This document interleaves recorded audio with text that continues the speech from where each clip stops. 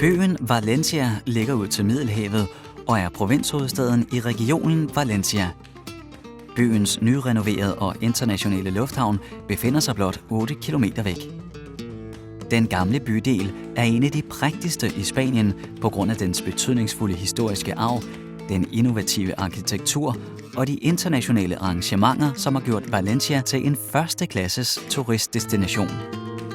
Byen ligger i et område med middelhavsklima, hvilket betyder, at vintrene er forholdsvis våde og milde, mens somrene er tørre.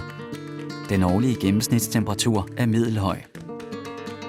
Provinsens hovedstadsområde har ca. 1,5 million indbyggere, hvilket gør den til den tredje største by i Spanien.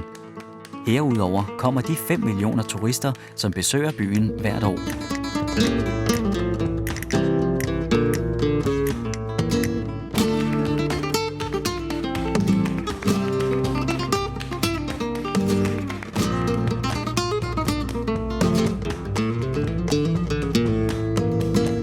Den gamle bydel afgrænses af sporvognsruten, der markerer, hvor bymurene befandt sig indtil 1865.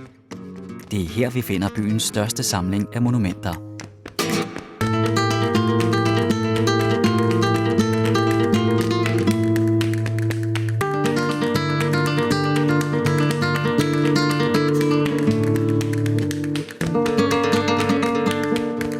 Katedralen med det meget berømte tårn El Miguelete er den gamle bydels epicentrum og den største attraktion for turister, der besøger Valencia.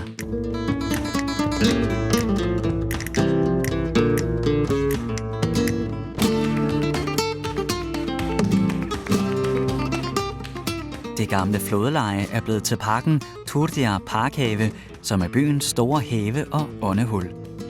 På begge sider af parken ligger nogle af byens største turistattraktioner. Byen råder også over en aktiv handelshavn, såvel som en lystbådehavn, der begge har stor betydning i Middelhavsområdet.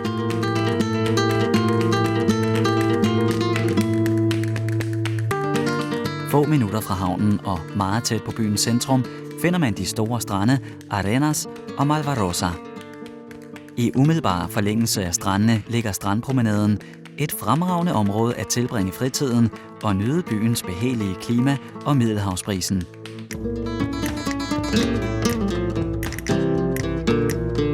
I det næsten 2 kilometer lange centrum udmærker videnskabs- og kunstbyen sig ved den usædvanligt smukke arkitektur.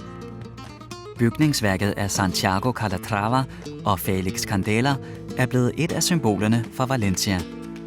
Her kan besøgende aktivt underholde sig med at finde forskellige aspekter forbundet med videnskab, teknologi, natur og kunst.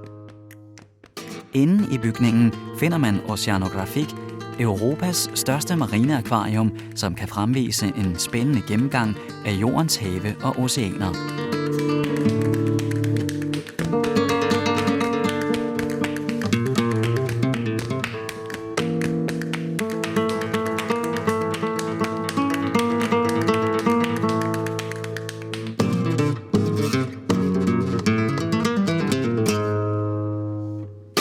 Endnu en ting, man ikke må gå glip af, især børnene, er byens biopark, en zoologisk have, som er blevet bygget for nyligt.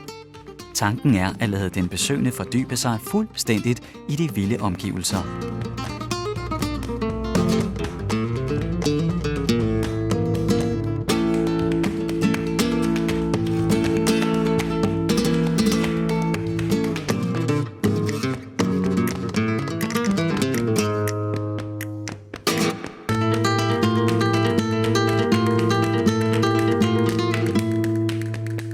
Valencia er konstant under forandring og udgør den perfekte blanding af tradition og innovation med en fin beliggenhed ud til Middelhavet.